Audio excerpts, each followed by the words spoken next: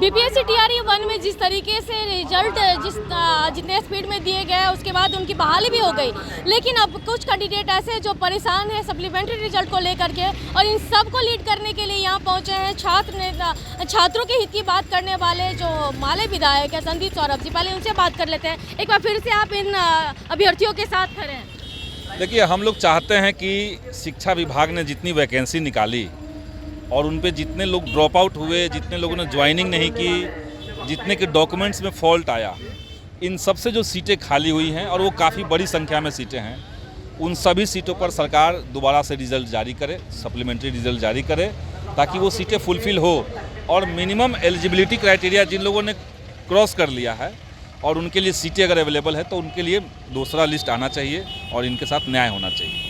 दूसरा ये है कि जिस तरीके से अब बिहार में शिक्षकों को जो टाइमिंग है पढ़ाने का, उसके अलावा 5 बजे के बाद से इन लोगों को कहा जा रहा है कि उसके बाद चुनावी ड्यूटी, ये क्या लग रहा है? तो लकी फरमान। देखिए, चुनावी ड्यूटी वो तो सरकार को देखना है कि आप गैर शैक्षणिक कार्य अगर नहीं करवाने का पहले आदेश जारी कर चुके हैं तो आपसे उनसे गैर शैक्षणिक कार्य नहीं लेना चाहिए। दूसरा है कि टाइम टेबल को लेकर के चूँकि 8 घंटे का शेड्यूल है सरकार ने जारी किया है, उसमें आपत्ति ज़रूर है कि शनिवार को दिन जो हाफ टाइम होता था वो हाफ टाइम रहने देना चाहिए था। लेकिन सबसे बड़ी जो आपत्ति हमारी है कि उन्होंने एक सर्कुलर जारी करके एकदम तानाशाही रवैया अपनाते हुए कहा है कि कोई भी शिक्षक सरकार के किसी नीति की आलोचना नहीं कर सकता है, सोशल मीडिया में नहीं बोल सकता, न लिख सकता है, न अखबारों में बयान दे सकता है। और ये कम्प्लीटली देश के अंदर जो मोदी सरकार का एक बनाया हुआ माहौल है, लोगों को खामोश कर देने का, आलोचनाओं को कुचल देने का, उस तरह का अप्रोच शिक्षा विभाग ने और अपर मुख्य सचिव ने लिया है। और ये स्कूलों के अंदर भी है, यूनिवर्सिटी और कॉलेज के लिए भी ये फरमान जारी हुआ है।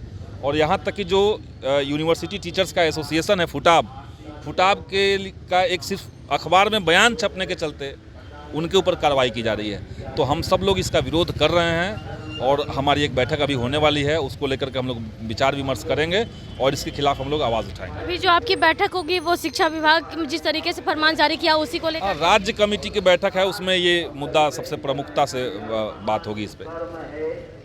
तो देखिए कि जिस तरीके से शिक्षकों के बीच में जो समस्या आ रही है कि शिक्षा विभाग पर तानाशाही रवैया का ये सवाल उठ रहा है, ऐसे में आज एक बार फिर से जिन लोग की बैठक है उस बैठक में सबसे ज़्यादा जो है ये इसी मुद्दा को उठाया जाएगा और देखना होगा कि सरकार इन लोग की मांग को कितना हद तक मानती है। लेकिन एक बार फिर से जिस तरीके से विभाग की ओर से लेटर जारी किया गया, विवाद बढ़ना लाजमी है। फिलहाल के लिए इतना ही। बने रहे कशिश के साथ पटना से।